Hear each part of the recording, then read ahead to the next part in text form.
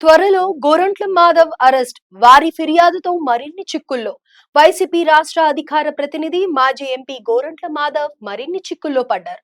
ఆయనపై రెండు పార్టీల నేతలు ఫిర్యాదు చేశారు. ఇప్పటికే పోలీసుల నుంచి నోటీసులు అందుకున్న గోరంట్ల ఇక ముందు మరిన్ని ఇబ్బందులు ఎదుర్కోవడం ఖాయంగా కనిపిస్తోంది.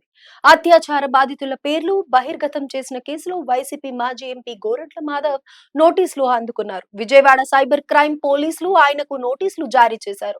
ఆల్రెడీ నోటీసులు అందుకున్న గోరంట్ల ఇప్పుడు మరిన్ని చిక్కుల్లో పడ్డారు. ఆయన చేసిన అంతర్యుద్ధం వ్యాఖ్యలపై టీడీపీ, జనసేన సీరియస్ అయ్యాయి.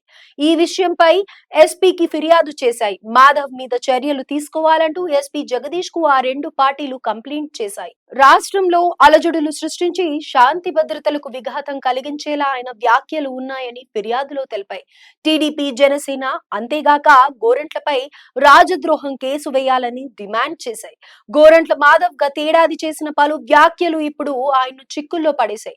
2024 అక్టోబర్ 21న అనంతపురంలో తన ఇంట్లో విలేకరులతో మాట్లాడుతూ ముఖ్యమంత్రి చంద్రబాబు నాయుడుతో పాటు డిప్యూటీ సీఎం పవన్ కళ్యాణ్ మీద అనుచిత వ్యాఖ్యలు చేశారు. కొన్ని ఏరియాల్లో అత్యాచారం, హత్యకు గురైన బాధితుల పేర్లను ఆయన బహిర్గతం చేశారు.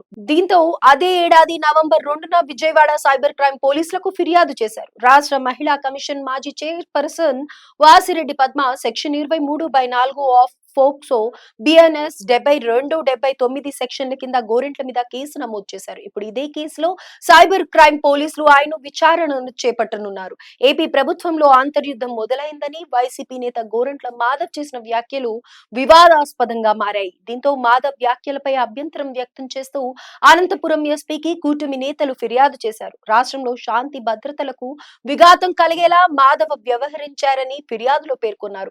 దీంతో అనంతపురం పోలీసులు ఇప్పుడు మాధవ్ వ్యాఖ్యల్ని పరిశీలించి కేసు నమోదు చేసేందుకు సిద్ధమవుతున్నారు. మాధవ్ వ్యాఖ్యలు అభ్యంతరకరమని తేలితే ఆయనపై కేసు నమోదు చేసి విచారణకు పిలిచేందుకు రెడీ అవుతున్నారు.